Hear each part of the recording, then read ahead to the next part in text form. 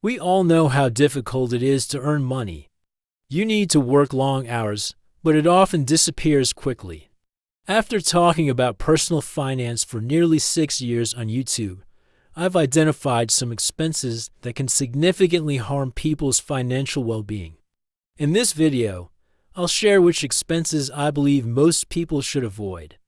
Steering clear of these could save you hundreds or even thousands of euros in the long run.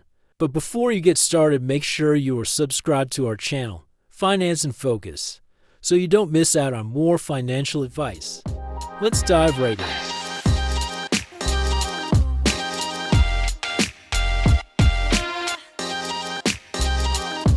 Hi everyone, welcome back, or for first-time viewers, welcome to Finance in Focus.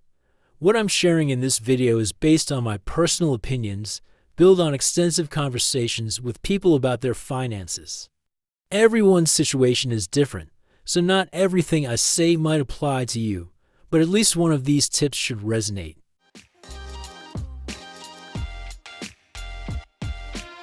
By useless expenses, I mean costs that don't add real value to our lives relative to the money we're paying.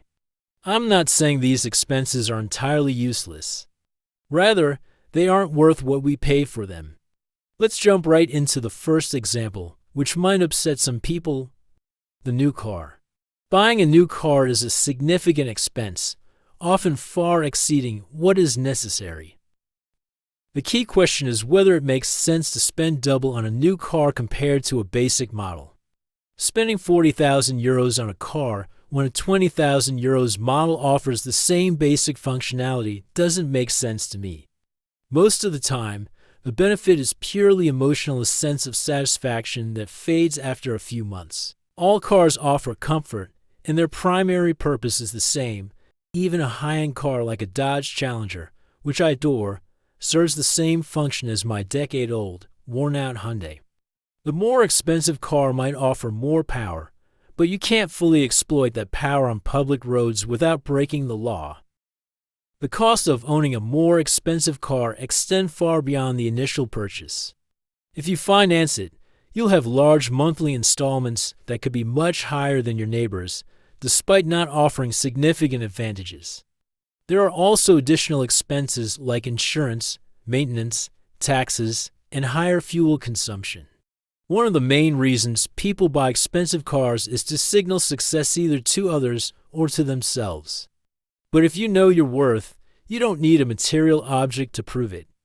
I earn more now than I used to, yet I still drive the same car because I don't feel the need to demonstrate my success to myself or others.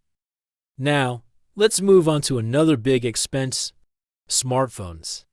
High-end smartphones today can cost up to 1,500 euros, but are they really worth the price? In my opinion, most people don't need the most advanced models. For the average user, the difference between a 300 euros phone and a 1,300 euros one isn't significant enough to justify the extra cost. Unless you're someone who works with your phone constantly or is passionate about mobile photography, spending so much on a phone doesn't make sense. Additionally, changing phones frequently is a waste of money. Even if you sell your old phone, upgrading every year or two often costs hundreds of euros for very minimal improvements. Next, let's talk about food delivery. I, too, fall victim to the convenience of delivery more often than I should, especially when I'm working late and don't feel like cooking. Let's say you order delivery twice a week, spending 15 euros each time. That's 30 euros per week, which adds up to 120 euros a month, or 1,500 euros per year. Cooking at home isn't free, but it's much cheaper and often healthier. My advice is to keep some ready-to-eat meals in the fridge for when you don't feel like cooking, so you're less tempted to order in. Delivery is fine occasionally, but don't let it become a habit. It's a very expensive one. Now, let's address the elephant in the room: financial products. Sadly, many financial advisors offer expensive and often unnecessary products. I've seen too many people, particularly those nearing retirement, convinced by their bank to invest in complex financial products they don't even understand. Products like fund insurances or certificates with fancy names might sound impressive, but they often deliver meager returns. Banks rarely push safer, low-cost options like BTPS government bonds because they don't earn as much from them. If you're not sure what you're being sold, my advice is to walk away. Finally, let's talk about gadgets. Today, there's a technological solution for almost every problem. Smart light bulbs, air fryers, bread machines, and even electric toothbrushes that cost €200. But do we really need these things? While marketing makes these products seem essential, most end up being used once or twice before they're shoved into a closet. My advice is to resist the urge to buy every new gadget that hits the market. You don't need technology for everything sometimes. The simplest solutions are the best. In today's video, we've learned how certain expenses, such as luxury cars, expensive phones, frequent deliveries, and unnecessary gadgets, can drain your finances without providing real value. By being more mindful of these costs, you can avoid wasting money and focus on smarter financial choices that benefit your long-term financial health.